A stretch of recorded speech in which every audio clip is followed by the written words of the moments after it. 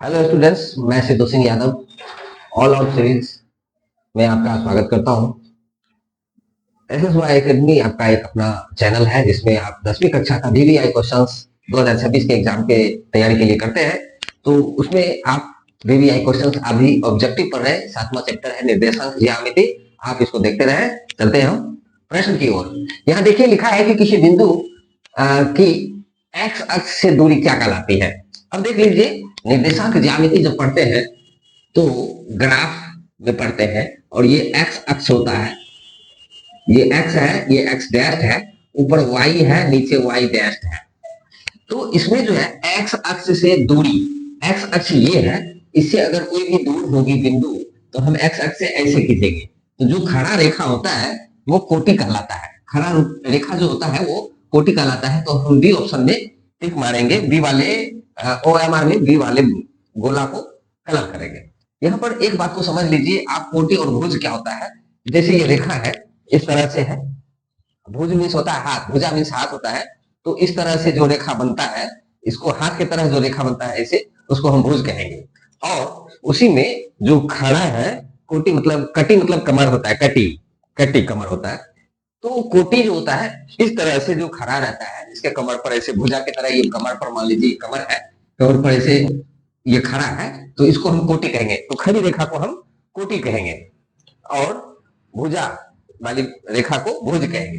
तो एक्स अक्ष पर है और वो खड़ा है, वो खड़ा है, तो ये क्या कहलाएगा, कोटि। तो कोटि बी वाले ऑप्शन में है। उसी प्रकार से हम चलते हैं, बिंदु -4 3 की स्थिति किस पाद में है। अब यहाँ पर जो है किस पाद में है, चतुर्थांश। पाद का मतलब होता है चतुर्थांश।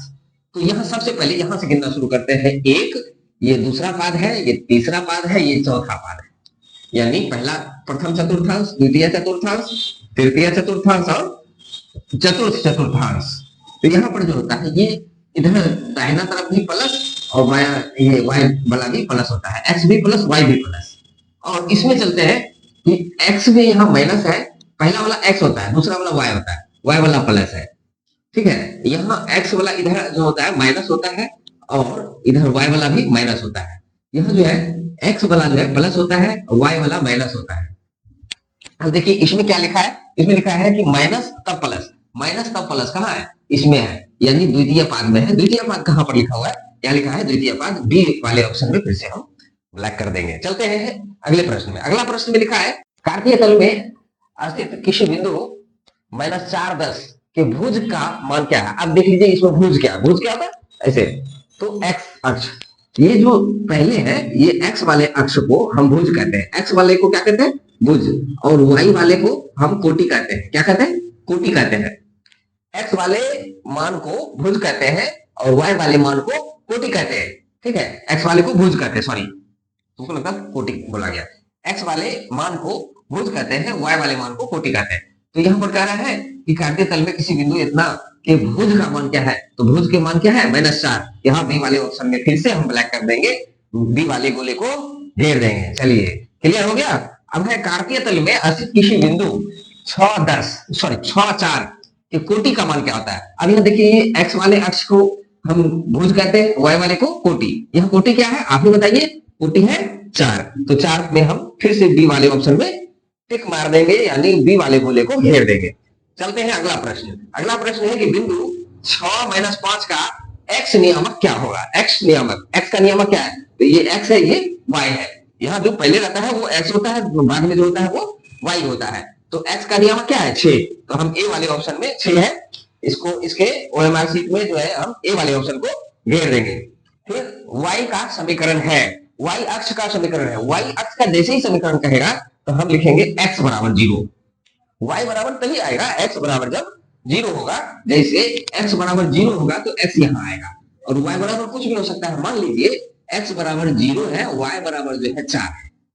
तो x बराबर अगर 0 है, y बराबर 4 है, तो ये इसी के सामने 4 पर 4 के सामने जो है वो मान आएगा। तो ये y बराबर मान आएगा, x बराबर क्या होगा, 0 होगा। इसीलिए हम जब y बराबर y अक्ष का समीकरण पूछेगा तो x बराबर 0 लिखेंगे, और जब x बराबर पूछेगा तो y बराबर 0 लिखेंगे। ये बात आप ध्यान में रख लेंगे, याद रख लेंगे। आपको परीक्षा में 100% है कि ये आएगा। ठीक है, ये हो सकता है कि प्रथम पाली में आए या द्वितीय पाली में आए, लेकिन आएगा जरूर। तो आप ये ए वाले ऑप्शन को ब्लैक कर देंगे। चलते हम अगले प्रश्न की ओर। चलिए देखते हैं, इसमें लिखा है कि बिंदु 15 8 की दूरी मूल बिंदु से क्या होती है। ऐसे तो दूरी बराबर सूत्र होता है, दूरी बराबर जो सूत्र होता है root under x2 minus x1 का whole square plus y2 minus y1 का होल स्क्वायर होता है। लेकिन यहाँ पर वो बात नहीं करना है, हमको क्या करना है, हमको direct X square minus Y square करना है, root under X square minus Y square करना है। तो यहाँ एक्स स्क्वायर क्या है, 15 है, यहाँ ये एक्स है ये वाई है, डायरेक्ट इसको घटाना है। तो 15 का स्क्वायर माइनस 8 का स्क्वायर, यानी ऐसा लिख सकते हैं 15 का स्क्वायर 225 माइनस 8 का स्क्वायर होता है 64। सॉरी प्लस करना है, यहाँ प्लस करना है, ठीक है। तो प्लस करेंगे तब आ जाएगा 289 और 289 का रूट होता है 17, 289 का रूट होता है 17। तो आप यहाँ पर देख सकते हैं सी वाले ऑप्शन में 17 आ जाता है। मिस्टेक हो गया था क्योंकि तो यहाँ दिए हुए हैं, यहाँ भी दिए हुए हैं, लेकिन मिस्टेक से प्लस की जगह माइनस लिखा गया था। चलिए तो यहाँ जो है 17 वाले ऑप्शन को हम घेर देंगे। आगे चलते हैं, अगला प्रश्न है कि ए बराबर जहां 2 3 है, ए का निर्देशांक जो है 2 3 है और वही बी का निर्देशांक 4 1 है के बीच की दूरी क्या होगी। अब हम इस सूत्र पर चलेंगे, यही सूत्र जो है x2 माइनस x1 का whole square plus y2 minus y1 का होल स्क्वायर। तो इसमें हम क्या करेंगे, क्या मानेंगे, कहां x कहां y। तो ए वाला जो है इसमें ये x1 और y1 होता है, इसमें मानेंगे x2 और y2। तो रूट अंडर इसका स्क्वायर माइनस इसका स्क्वायर यानी x2 माइनस x1। उतना हम सूत्र नहीं लिखेंगे क्योंकि ये ऑब्जेक्टिव है और समय की भी बचत करनी है, इस वजह से हम सूत्र कुछ नहीं लिखेंगे, डायरेक्ट लिखेंगे। तो 4 माइनस 2 का स्क्वायर लिखेंगे, 4 माइनस 2 कितना होता है, 4 माइनस 2 2 होता है, 2 का स्क्वायर माइनस सॉरी प्लस, फिर से माइनस कर रहे थे, ये 1 माइनस 3, 1 माइनस 3 मतलब होता है माइनस 2, माइनस 2 का स्क्वायर कर देंगे डायरेक्ट, 2 का स्क्वायर होता है 4 प्लस यहाँ क्या हो जाता है माइनस 2 का भी स्क्वायर होता है 4 का रूट अंदर ऐसे करेंगे तो ये आ जाएगा रूट 8। रूट 8 को हम 2 रूट 2 लिख सकते हैं। तो 2 रूट 2 कहां है, तो यहाँ पर जो है कोई नहीं, तो कोई नहीं वाले ऑप्शन में हम टिक लगा देंगे। यहाँ पर देख पा रहे हैं कि 2 रूट 2 आया है, तो इसीलिए जो है हम इसमें तो कहीं 2 रूट 2 है नहीं, तो इसीलिए हम कोई नहीं पर टिक लगा देंगे। या अगर जहां पर 2 रूट 2 होगा तो हम उस वाले ऑप्शन को जो है टिक लगाएंगे। ध्यान रखिएगा कभी कभी ऐसा होता है जिसका ऑप्शन ही नहीं आता है तो वह कोई नहीं भी होता है। विद्यार्थी समझते हैं कोई नहीं तो कहीं ऑप्शन होगा ही नहीं, हम लगा देते हैं इसी में। ऐसा आपको नहीं सोचना है, अगर आपका आंसर ये सही है, आपका बनावट सही है, अगर ऑप्शन में नहीं है तो कोई नहीं पर ही टिक मारे, जैसे जहां तहां टिक नहीं मारे। चलते हैं, अगला प्रश्न है कि मूल बिंदु से P जो है माइनस एक्स और वाई की दूरी क्या है। मूल बिंदु होता है 0 0, मूल बिंदु क्या होता है 0 0, यानी उसका x भी 0 y भी 0। तो हम डायरेक्ट इसका स्क्वायर कर देते हैं, यानी रूट अंडर माइनस एक्स का square plus Y square. Minus X का स्क्वायर करने पर वो प्लस एक्स स्क्वायर हो जाता है, तो root under X square plus Y square जिस भी ऑप्शन में होगा वही इसका आंसर होगा।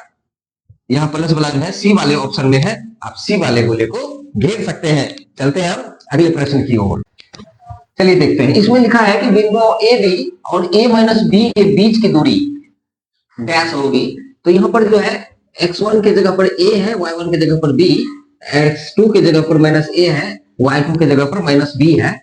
तो इसके बीच की दूरी क्या होती है, तो हम जान रहे हैं कि दूरी बराबर क्या सूत्र होता है, root under x2 minus x1 का whole square plus y2 minus y1 का होल स्क्वायर, ऐसा होता है। तो हम यहाँ क्या कर रहे हैं, x2 है माइनस a माइनस a का whole square plus y2 minus y1 यानी माइनस b का होल स्क्वायर अगर करते हैं का होल अंडर रूट। अब यहाँ पर हम आगे चलेंगे, आगे चलने के बाद यहाँ प्राप्त होता है माइनस 2a का होल स्क्वायर प्लस यहाँ माइनस 2b का होल स्क्वायर, माइनस 2 भी हो जाता है, इसका रूट अंडर कर देते हैं। तो यहाँ क्या प्राप्त होता है, माइनस 2 का स्क्वायर करते हैं तो plus 4a square plus 4b square प्राप्त होता है, जिसमें अगर यदि हम 4 कॉमन ले लेते हैं तो यहाँ बच जाता है, 4 कॉमन लेंगे तो a square plus b square बच जाता है। का होल अंडर रूट। 4 का वर्गमूल हम जानते हैं कि हो जाता है, 4 का वर्गमूल कितना होता है, 4 का वर्गमूल 2 होता है, इसलिए ये रूट के बाहर आ जाएगा 2 बन करके, और रूट के अंदर ये बच जाएगा ए स्क्वायर प्लस बी स्क्वायर। आप कहेंगे सर ए स्क्वायर का और बी स्क्वायर स्क्वायर उड़ा करके रूट उड़ा देंगे, तो ऐसा नहीं होता है, क्योंकि यहाँ बीच में प्लस का चिन्ह है। अगर बीच में गुना का चिन्ह होता तब जरूर उड़ सकता था, लेकिन प्लस या माइनस का चिन्ह होता है तो उसको आप नहीं उड़ा सकते, लेकिन गुना या भाग का चिन्ह है तब आप उसका रूट उड़ा सकते हैं। इसलिए यहाँ देखिए, यहाँ कुछ नहीं है, ये गुना का चिन्ह है तो ये बाहर आ गया। 4 का रूट जो होता है 2 होता है, 2 बन करके बाहर आ गया। और ये देखिए किस ऑप्शन में है, 2 रूट अंडर ए स्क्वायर प्लस बी स्क्वायर, ये पहले वाला नहीं है, इसीलिए ए वाले गोले को आप घेर सकते हैं आराम से। चलते हैं हम अगले प्रश्न की ओर। चलिए देखते हैं, ये प्रश्न है कि P का नियामक जो है -4 2 है और Q का नियामक है 8 6 को मिलाने वाली रेखाखंड के मध्य बिंदु का नियामक क्या होगा। तो यहाँ पर हम देख पा रहे हैं जो मध्य बिंदु कह रहा है, क्या कह रहा है, मध्य बिंदु, यानी कोई भी रेखा है A और B है और इसके मध्य में एक बिंदु है, ये बराबर बराबर अनुपात में होता है, तो ये इसका नियामक क्या होगा। तो इसका नियामक निकालने के लिए हम डायरेक्ट क्या कर देंगे कि x2 जो है x1 प्लस x2 करके आधा कर देंगे, यानी -4 प्लस 8 बटे 2 कर देना है। दूसरा 2 और 6, 2 प्लस 6 बटे 2 कर देंगे, तो यहाँ -4 प्लस 8 बराबर हो जाता है 4 बटे 2 और ये हो जाता है 8 बटे 2। इसको काटेंगे तो 2, इसको काटेंगे तो 4, यानी इसका नियामक 2 4 आएगा। तो देख लीजिए सी वाले ऑप्शन में 2 4 है, तो हम 2 4 में हम घेर सकते हैं, गुना लगा सकते हैं। चलिए आप चलते हैं 11 नंबर। 11 नंबर क्वेश्चन है, किसी त्रिभुज एबीसी के 2 शीर्ष दिए हुए हैं। देखिए यहाँ पर हम एक त्रिभुज बनाते हैं जिसमें 2 शीर्ष दिए हुए हैं ए बी सी। तो 2 शीर्ष दिए हुए हैं, ए बराबर जो है वो दिया हुआ है 2 3, 2 और 3, और बी बराबर दिया हुआ है 1 -3, और सी बराबर नहीं मालूम है, ये एक्स वाई है, ये क्या है एक्स वाई। और इसका केंद्रक जो है, केंद्रक ये दिया हुआ है, ये जो है क्या आता है, ये दिया हुआ है 3 0, ये दिया हुआ है 3 0। तो इसमें आप क्या करते हैं, हम लिखते हैं a प्लस बी प्लस सी जो है ए एक्स प्लस ए का एक्स प्लस बी का एक्स प्लस सी का एक्स बराबर होता है ये बीच का एक्स, यानी केंद्रक। तो हम लिखेंगे ये 3 जो लिखा हुआ है 3 एक्स के जगह पर है और 0 वाई के जगह पर है, तो हम 3 बराबर लिखेंगे इसका एक्स, यानी 2 प्लस बड़ा लिखते हैं 2 प्लस इसका एक्स यानी 1 प्लस इसका एक्स तो नहीं मालूम, तो इसलिए एक्स, अब बटे लिखते हैं 3। अब हम इसको क्रॉस मल्टीप्लिकेशन करते हैं तो ये आ जाता है 3 तिया 9 बराबर 2 1 3 प्लस एक्स। अब इसको इधर कर देते हैं 9 माइनस 3 बराबर एक्स, यानी ये आ जाएगा 6, एक्स बराबर आ गया 6। उसी प्रकार से वाई में भी करेंगे, तो वाई में करेंगे, वाई का नियम दिया है 0 बराबर लिखेंगे ए का वाई बी का वाई और सी का वाई को जोड़ देंगे। ए का वाई है 3 प्लस बी का वाई है -3 प्लस सी का वाई है y बटे 3 कर देंगे। 3 को 0 से गुना करेंगे तो 0 आएगा, और +3 -3 ये 0 हो जाता है, y बराबर आता है, सॉरी प्लस y लिखेंगे तो 0 को इधर उधर करें तो कुछ नहीं, यानी सीधा y बराबर जो है 0 आ जाता है, x बराबर 6। तो हम लिखेंगे 6 0 वाले ऑप्शन में जो है हम टिक लगा देंगे। देख लीजिए सी वाले ऑप्शन में 6 0 है, तो आप इस ऑप्शन में टिक लगा सकते हैं। चलिए देखते हैं अगला प्रश्न। चलिए देखते हैं, इसमें लिखा हुआ है कि R जो है 5 6 बिंदुओं A 6 5 एवं B 4 Y को मिलाने वाली रेखाखंड AB का मध्य बिंदु है, तो Y का मान क्या होगा। यहाँ पर देख लीजिए R जो है AB का मध्य बिंदु है, R जो है AB का मध्य बिंदु है, यानी A और B है और ये R है। R जो है ये मध्य बिंदु है जो कि दिया हुआ है 5 और 6, ए दिया हुआ है 6 5 बी दिया हुआ है 4 और y। तो यहाँ जो है देखते हैं कि ये मध्य बिंदु है, मध्य बिंदु होने का मतलब है कि बीच में है, बीच में है, तब हम ये जो इसका y और इसका y संबंध जोड़ेंगे। बीच वाले का होता है y1 प्लस y2 बटे 2, तो यानी ये 6 जो है 6 बराबर होगा y1 प्लस y2, यानी 5 प्लस y बटे 2। क्रॉस मल्टीप्लीकेशन कीजिए तो 6 दूनी 12 आ जाएगा, और यहाँ जो है 5 प्लस y आ जाएगा, तो 5 को इधर कर दीजिए, 12 माइनस 5 बराबर y, तो 12 में से 5 गया, कितना बचा y बराबर 7, y बराबर क्या गया 7। तो बी वाले ऑप्शन में आप देख रहे हैं 7 है, तो 7 में आप टिक लगा सकते हैं। चलते हैं हम अगले प्रश्न की ओर। चलिए देखते हैं, इसमें लिखा है कि उस बिंदु का नियामक जो बिंदु इतना यानी 1 1 और 2 3 को जोड़ने वाली रेखाखंड को 2:3 में विभाजित करती है। ऐसी स्थिति में हम एक रेखा खींचते हैं तो जिसमें ए और बी दिया हुआ है, ए दिया है 1 1 और बी दिया हुआ है 2 3, और इसको जोड़ने वाले रेखाखंड को 2:3 में विभाजित करती है।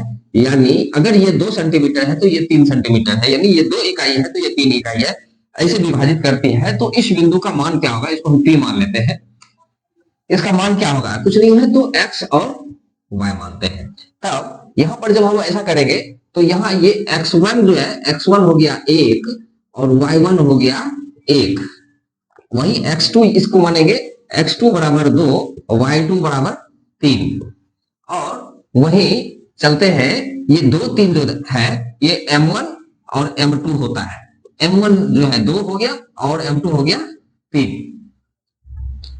तब यहां पर हम एक सूत्र लागू करेंगे कि x का नियामक जो होता है, x वो होता है, ये x का नियामक जो हम लिखेंगे m1 x2 plus m2 x1, m1 x2 plus m2 x1 बटे बटे m1 प्लस m2, और y का नियामक जो होता है, y का नियामक वो होता है m1 y2 plus m2 y1 बटा m1 प्लस m2। यहाँ पर m और n भी देते हैं कुछ लोग, यहाँ m लिखते हैं, यहाँ n लिखते हैं, तो वो भी लिखा जा सकता है, कोई बात नहीं है। अब देखिए m1 और x2, m1 और x2 यानी 2 गुना 2, 2 गुना 2 प्लस m2 और x1, m2 है 3 और x1 है 1, 3 गुना 1, 3 गुना 1 बटे m1 जो है 2 और x2 है 3। और दूसरा m1 y2, m1 y2, m1 क्या है, m1 है 2 और y2 है 3, तो 2 गुना 3 लिखिए, प्लस m2 y1 तो 3 गुना 1, 3 गुना 1 बटे 2 प्लस 3।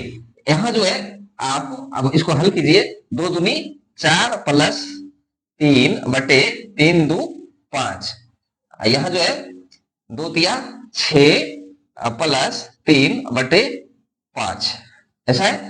अब इसको हल करते हैं तो क्या आता है, तो 4 3 क्या हो गया 7 बटे 5, और ये हो जाता है 6 3 9, 9 बटे 5, तो ये आपका आ जा रहा है 9 बटे 5, यहाँ मिस्टेक से 2 लिखा है 5, तो यही ऑप्शन जो है इसमें आएगा।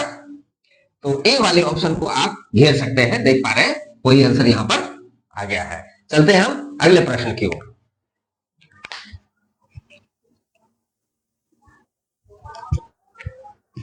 चलिए देखते हैं, इसमें लिखा है कि त्रिभुज का क्षेत्रफल वर्ग इकाई में जिनके शीर्ष यानी ए बराबर इतना दिया हुआ है, बी बराबर इतना और सी बराबर इतना, यानी ए बराबर जो है -4 0, बी बराबर 0 3 तथा सी बराबर जो है 0 0 दिया हुआ है, तो इसका क्षेत्रफल क्या आएगा। तो क्षेत्रफल में आप देख लीजिए x1 y1, x2 y2, x3 y3 लिख लीजिए, तो क्या आ जाएगा, x1 जो है ये इसका -4, ये -4, y1 0, x2 0, y2 3, ये 0 और 3, x3 जो है 0 और ये भी 0, ये हो गया।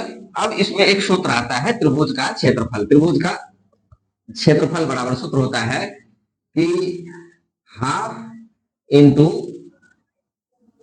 x1 into y2 minus y3 plus x2 into y3 minus y1 plus x3 into, यहाँ पर लिखते हैं x3 into y2 y1 minus y2, ये सूत्र होता है। अब इस सूत्र पर हम इसको लागू कर देंगे। यहाँ आप इस सूत्र को याद रखने के लिए एक काम कर सकते हैं, हाफ तो लिखेंगे, उसके बाद x1 से शुरू करेंगे, अंदर में y1 y2 होता है, तो क्या करते हैं x1 दिए, यहाँ 1 दिए तो यहाँ 2 3 करेंगे, x1 into y2 minus y3, ये 2 3 है, अब यहाँ x1 है, अब आएगा x2, ये तो याद रहेगा x1 x2 x3, यहाँ 1 है तो 2 से शुरू करेंगे, 2 माइनस 3, यहाँ जो है x2 है तो यहाँ आएगा 3 से शुरू करेंगे, यहाँ 2 है यहाँ 3 से शुरू करेंगे, 3 माइनस 4 तो है नहीं तो 1 लेकर चलेंगे, फिर से 1, अब यहाँ 1 है तो फिर से देखते हैं x3 है तो 4 तो है नहीं, 4 के बदले 1 है, 1 माइनस 2। इस तरह से आप इसको याद रख सकते हैं। खैर आपका भी कुछ ट्रिक हो सकता है, तो आप अपना ट्रिक से भी याद कर सकते हैं। तो यहाँ पर x1 देखते हैं, यहाँ हाफ लिखा हुआ है इनटू x1 क्या है, तो यहाँ पर देख पा रहे हैं x1 है -4 इंटू y2 माइनस y3, तो y2 minus y3 3 minus 0, 3 minus 0 plus x2 जो है, x2 है आपका 0 0 इंटू y3 माइनस y1 है, y3 है 0 माइनस 0 0 माइनस 0 प्लस x3 जो है, x3 0 है और इंटू y1 माइनस y2 है, y1 है 0 माइनस 3 0 माइनस 3, ये आपका आंसर निकलेगा। अब 1/2 इंटू -4 गुना 3 में से 0 गया 0 हो जाता है, प्लस 0 0 में से 0 गया 0 को 0 से गुना करेंगे 0 प्लस ये 0 गुना -3, तो यहाँ पर ये तो -3 है 0 आ जाएगा, ये हाफ गुना 4 तिया 12 होता है तो -12 लिख सकते हैं, प्लस ये 0 ये और 0 0 को -3 से गुना करेंगे 0 इसको हटा दीजिए, उससे कोई मतलब नहीं है, तो इसको काट देते हैं तो आ जाता है -6। तो इसका क्षेत्रफल जो है -6 वर्ग इकाई आएगा, इसका -6 वर्ग इकाई आएगा, तो इसमें कोई दिक्कत नहीं है क्योंकि ये वर्ग है। हाँ ये वर्ग इकाई है तो यहाँ माइनस देने की आवश्यकता नहीं है, तो यहाँ 6 वर्ग इकाई ही आंसर होगा। यही आपका आंसर है, आप सी वाले ऑप्शन में टिक लगा सकते हैं। अब चलते हैं अगले प्रश्न के लिए। ये जो है संरेख है, संरेख है तो k बराबर क्या होगा, तो यहां पर हम देख पा रहे हैं, यहां x1 बराबर जो है 2, y1 बराबर 3, x2 बराबर 4, y2 बराबर k, x3 बराबर है 6, y3 बराबर है -3। तब यहां संरेख होने का जो सूत्र होता है, संरेख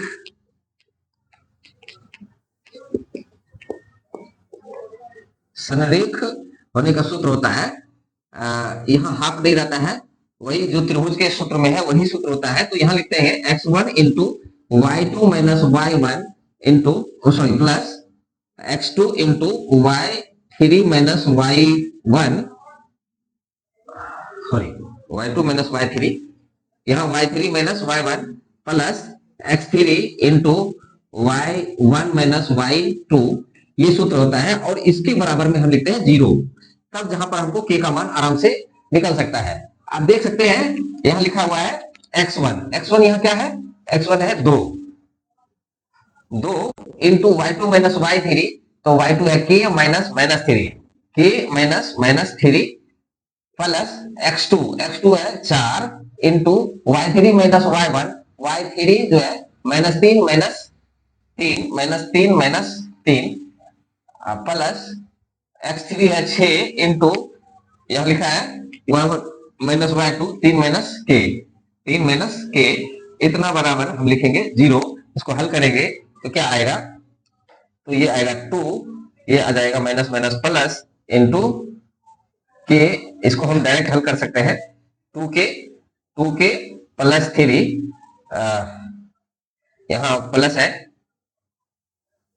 इसको हल करेंगे -3 हो जाता है -6 गुना 4 गुना -6 और यहाँ पर हम लिखते हैं प्लस 18 माइनस 6 ये बराबर 0।